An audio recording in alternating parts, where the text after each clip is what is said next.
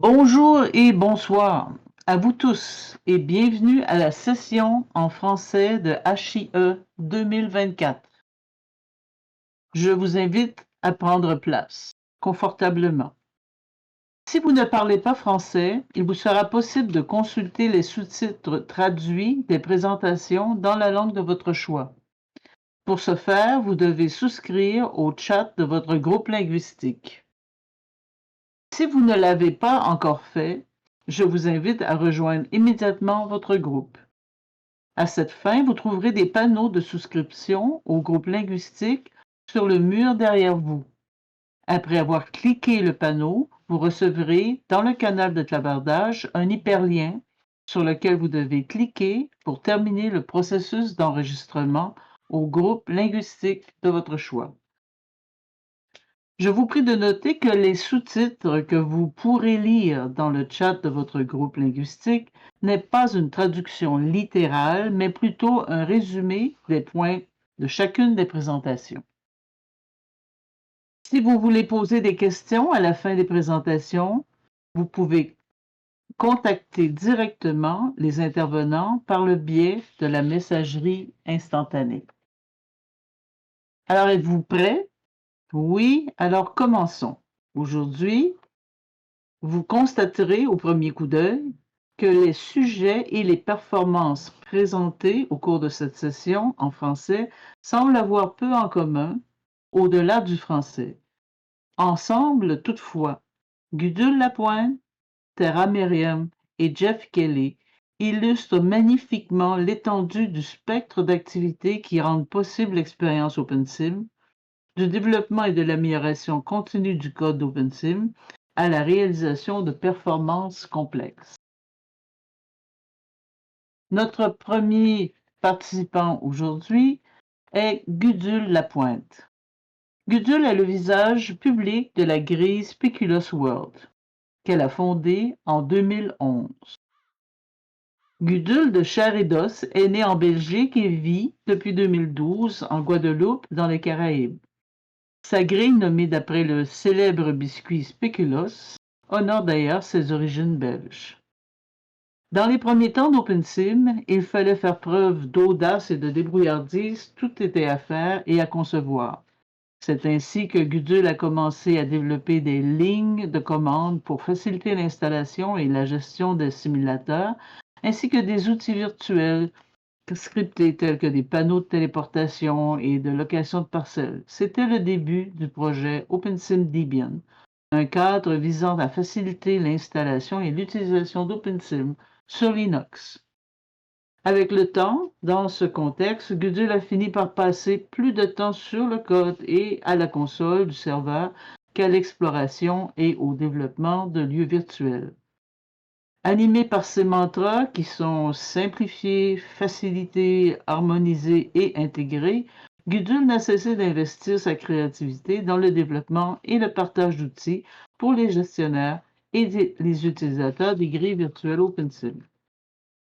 Parmi ses projets et réalisations, mentionnons To Do for Hype Events. C'est un calendrier partagé destiné au monde virtuel complexe et compatible Hypergrip. Il s'agit d'une ramification du projet HypeEvent abandonné par son créateur d'origine, Tom Frost. Il y a aussi Flexible Helper Script. C'est une collection d'assistants existants, adaptés et uniformisés afin qu'ils partagent les mêmes paramètres et le même nombre de codage. Et finalement, W4OS, qui est un module permettant l'intégration à un site Internet par le biais d'une interface WordPress pour OpenSim, incluant notamment des outils pour la gestion de la grille et des comptes d'utilisateurs. Alors, poursuivant sa démarche cohérente d'innovation et d'amélioration continue, Gudule aujourd'hui nous présentera sa toute dernière refonte de la fonctionnalité Agenda de sa solution W4OS. Vous y découvrirez les améliorations apportées et les caractéristiques nouvellement intégrées. Alors, Gudule, c'est à votre tour, à vos agendas.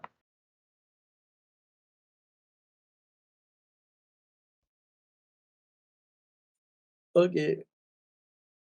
Désolé pour ces complications techniques. Donc je disais comment arriver à communiquer si on ne sait pas où et quand? Et les connaisseurs sauront que ça vient de Raymond DeVos. Mais revenons au vrai sujet. Donc, Open Simulator en lui-même ne fournit que la gestion du monde virtuel. C'est déjà énorme, mais il dépend de beaucoup d'applications externes pour plein de fonctionnalités qui ne sont pas incluses dans le cœur du serveur, comme l'inscription en ligne des utilisateurs, la gestion des terrains, l'économie, la messagerie hors ligne, la recherche, les widgets ou la carte du monde sur le web.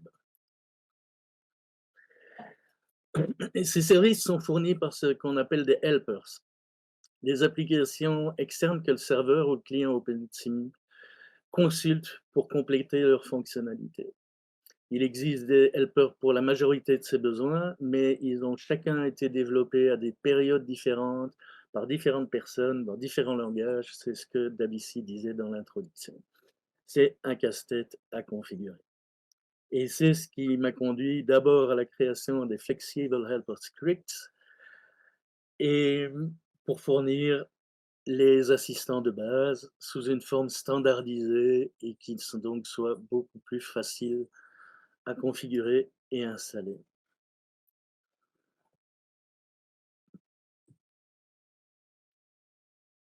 Et suite à ça, évidemment, est venu le besoin de configurer ça dans un site web.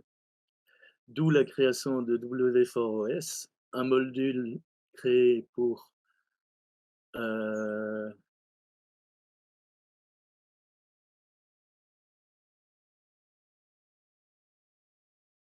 je n'ai plus de tableau derrière moi.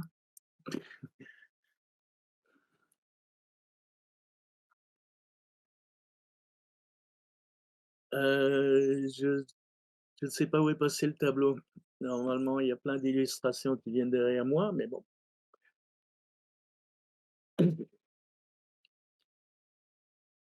Donc, avec ce module, on fournit une interface unique pour la configuration de tous les services, l'inscription des utilisateurs,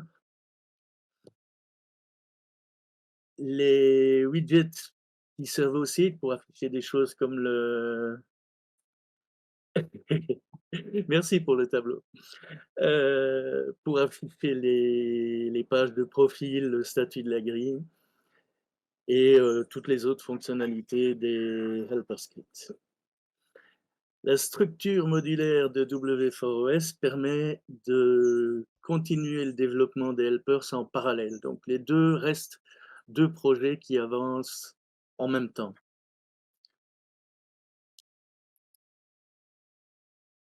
Ce qui veut dire qu'il n'est pas indispensable d'utiliser le W4OS pour utiliser les helpers. Alors là, on a une image un peu plus compliquée. Parmi tous les helpers, il y a l'agenda.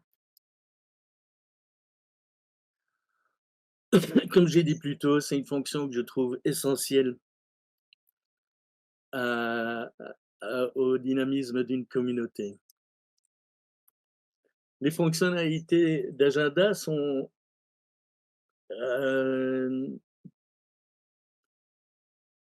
regroupées sous la bannière To-Do, qui se décompose en plusieurs parties à plein d'endroits différents du serveur.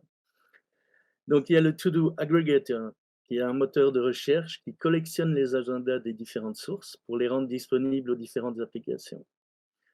Le Events Parser, qui est le composant des helpers qui fournit les événements au panneau de recherche que vous utilisez dans le viewer. Il y a To-Do Directory, qui est un répertoire public centralisé qui fournit les événements et les autres types de recherche pour l'hypergrid, pour la recherche dans le viewer aussi.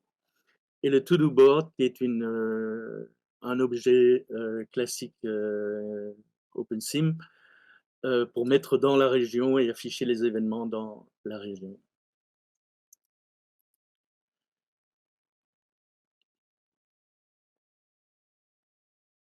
Alors d'après je vais passer vite là-dessus, mais d'après les derniers chiffres, que j'ai consultés d'Hypergrid Business, il y a plus de 300 grilles, plus de 10 000 utilisateurs et 120 000 régions et il y en a déjà plusieurs dizaines qui utilisent l'extension, W4OS. Plus de 30 installations actives et le chiffre n'est pas complet. Mais pourtant, il y en a peu qui utilisent la fonction de l'agenda. Ça, je m'en rends compte parce qu'il faut nous fournir la source de l'agenda pour qu'il soit intégré. Donc, je sais qui publie son agenda via To-Do Directory et c'est pour ça que je trouvais que c'était important d'attirer l'attention dessus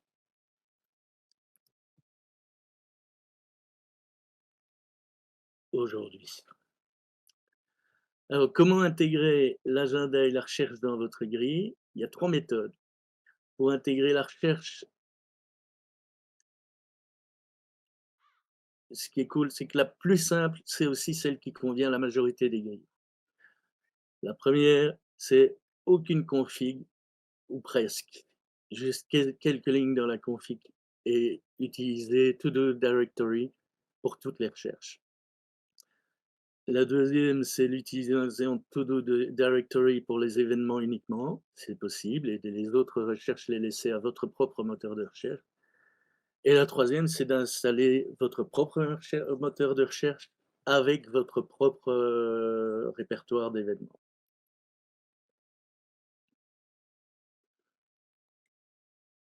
Mais dans tous les cas, ce qui est important, c'est la source. Dans les versions futures, To-Do et W4OS permettront l'enregistrement d'événements via le site ou en ligne, mais ce n'est pas encore le cas. Donc pour l'instant, les événements doivent être publiés sur un agenda public. S'ils sont déjà publiés sur OpenSimWorld, il n'y a rien de particulier à faire parce que l'agenda de OpenSimWorld est déjà intégré dans To-Do Directory. Sinon, vous pouvez avoir un agenda disponible au format iCal, donc il y a une URL publique qui finit par ICS, et ça inclut les agendas Google. Et il suffit de nous donner l'URL de cet agenda et on l'intègre. Et s'il est sous un autre format, ben à ce moment-là, contactez-nous. Il y a moyen de faire un scraper et d'analyser le contenu de la page pour en retirer les événements.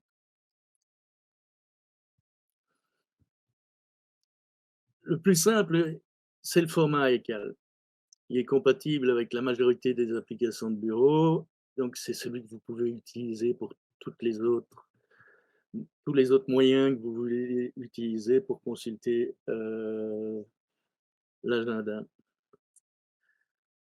Il faut que ces événements contiennent au moins le titre, c'est évident, une description, c'est mieux, et à titre de lieu, un lien de téléportation. yourgrid.org 2.8002 par exemple. Et on peut aussi ajouter des catégories. S'il y en a, elles seront utilisées dans la recherche InWorld.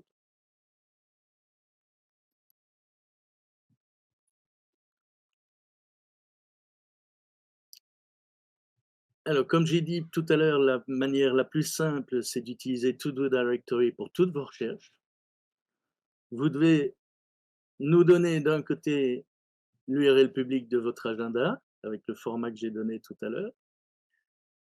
Rajouter OpenSim Search Module à votre installation OpenSimulator et ajouter quelques lignes de configuration au fichier OpenSim que je ne donne pas ici. Enfin, elles sont sur le panneau, mais elles sont indiquées dans la documentation. C'est tout.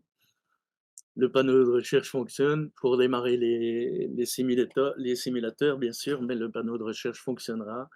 Les événements seront partagés et la recherche des régions, des parcelles partagées, in-world, fonctionnera aussi.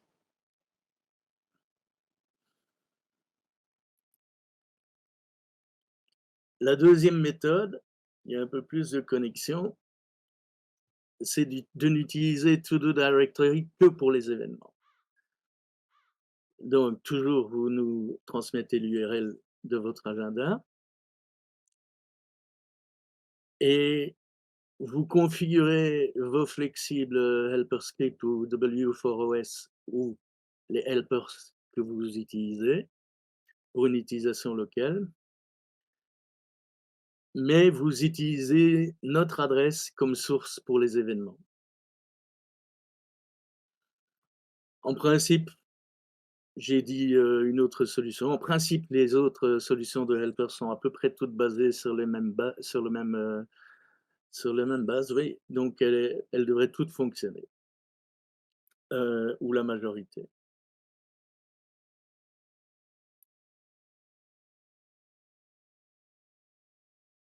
Et enfin, si vous voulez utiliser un moteur local, à ce moment-là, vous aurez uniquement les recherches de votre grille et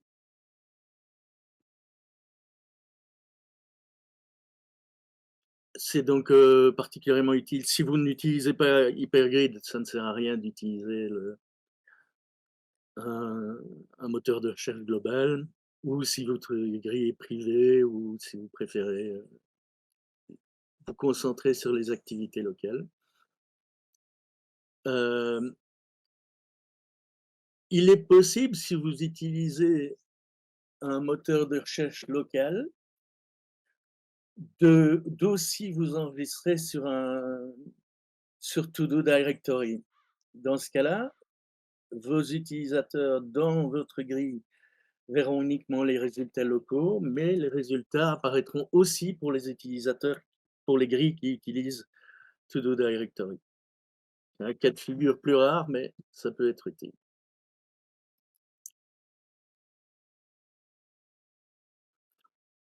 Et en principe, on y est. Avec une de ces trois étapes, vous avez les fonctionnalités de recherche activées sur la grille. Les utilisateurs peuvent utiliser le panneau de recherche de leur viewer pour consulter les événements à venir.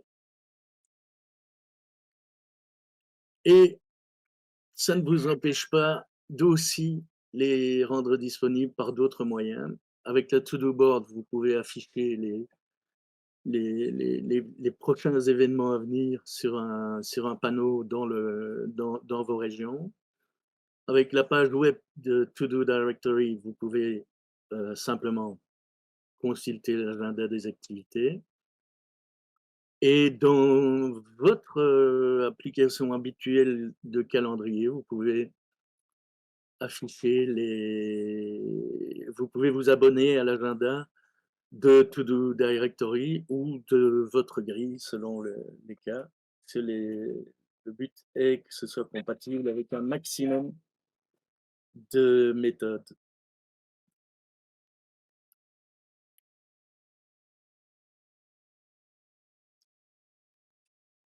Combien ça coûte?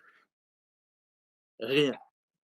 Le service est gratuit, mais toutes les aides sont bienvenues. Donc, vous pouvez participer en allant sur le site de w4os.org ou en allant sur le répertoire GitHub et en participant pour les codeurs, en participant au développement.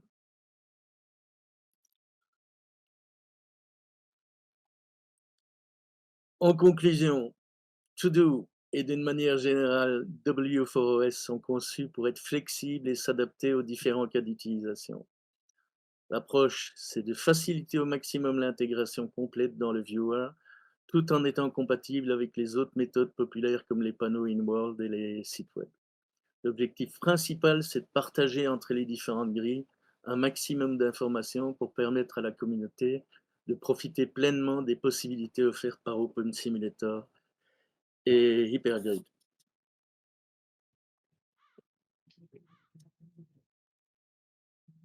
Voilà. Je vous remercie beaucoup et désolé pour les soucis techniques au début de cette présentation. Alors, merci beaucoup, Gudule, pour cette présentation intéressante et les liens entre les divers projets que vous avez travaillés. Nous devons maintenant faire une petite pause et reviendrons avec une performance de Terra Merium. À tout à l'heure.